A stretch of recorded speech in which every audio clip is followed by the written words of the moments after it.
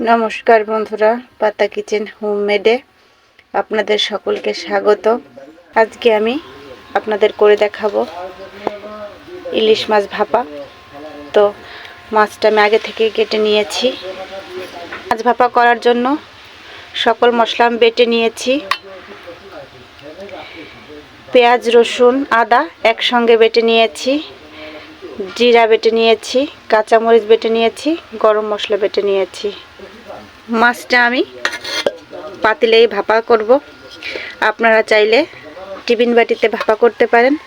তো আমার কাছে যে টিফিন বাটি আছে সেটা অনেক বড়, তার জন্য আমি ছোট পাতিলেই করব। তো এখন মাছগুলো পাতিলের ভিতর দিয়ে দিব।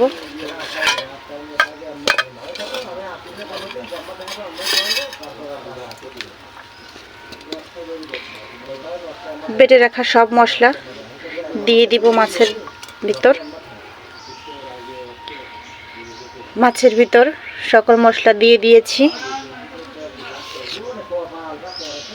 এখন দিয়ে দিব পরিমাণ মতো লবণ, দিয়ে দিব পরিমাণ মতো হলুদ গুঁড়ো, দিয়ে দিচ্ছি অল্প পরিমাণে শুকনো মরিচের গুঁড়া।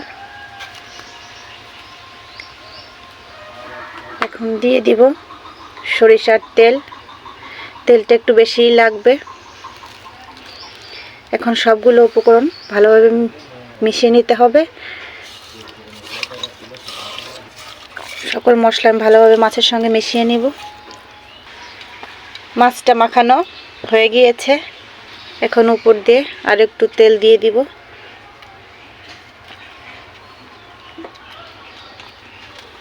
এর মাপে একটা বাটি নিয়ে নিয়েছি। এখন বাটিটার উপর দিয়ে দিব। চুলায় কড়াই বসিয়ে দিয়েছি। এখন দিয়ে দিব অল্প করে জল।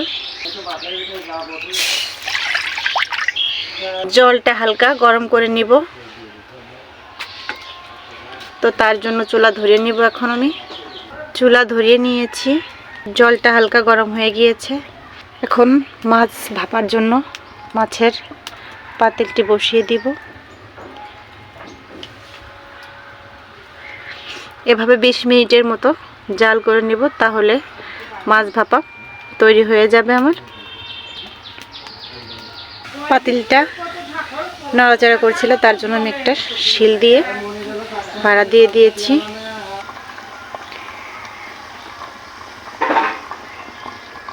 আমি যেভাবে মাছটা ভাপা করছি, আপনারা অবশ্যই একবার হলো বাড়িতে এভাবে ইলিশ মাছ আপনারা বাড়িতে অবশ্যই একবার হলেও এভাবে ইলিশ মাছ ভাপা করে দেখবেন। এটা খেতে কিন্তু অনেক স্বাদ হয়। শুধু ইলিশ মাছ ভাপা দিয়েই সকল ভাত শেষ হয়ে যাবে।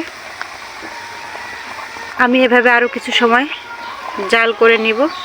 তারপর আপনাদের আমি দেখাবো যে মাছটা কেমন ভাপা হয়েছে। আমার মাছ ভাপা তৈরি হয়ে গিয়েছে। এখন নামিয়ে নিব।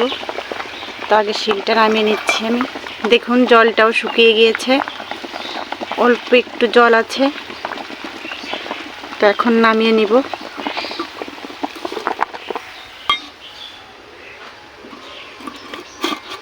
বাটিটা তুলে নিচ্ছি। এখন মাছটা কিন্তু সুন্দরভাবে ভাপা হয়ে গিয়েছে। তো এখন আমি একটা বাসনে নামিয়ে আপনাদের দেখাচ্ছি, তাহলে বুঝতে পারবেন কতটা সুন্দর হয়েছে। কালারটা শুধু একবার দেখুন কেমন হয়েছে। আমি যেভাবে আজ মাছটা ভাপা করলাম, আপনারা এভাবে কিন্তু সকাল বিকাল দুপুর যে কোনো সময়ে আপনারা আপনাদের অন্য রান্নার সঙ্গে এরকম একটা পদ রাখতে পারেন।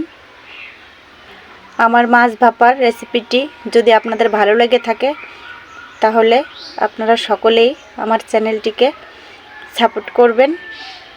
আপনারা ভালো থাকবেন, সুস্থ থাকবেন।